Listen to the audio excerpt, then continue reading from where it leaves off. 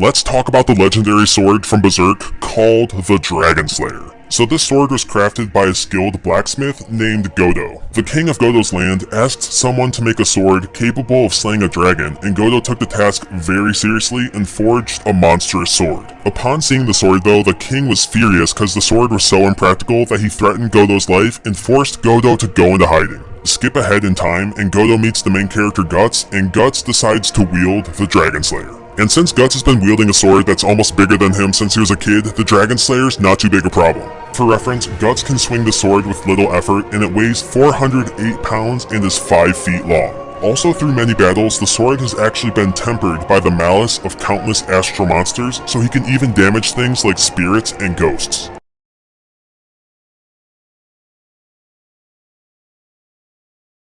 Let's go Berserk and talk about the Berserker armor.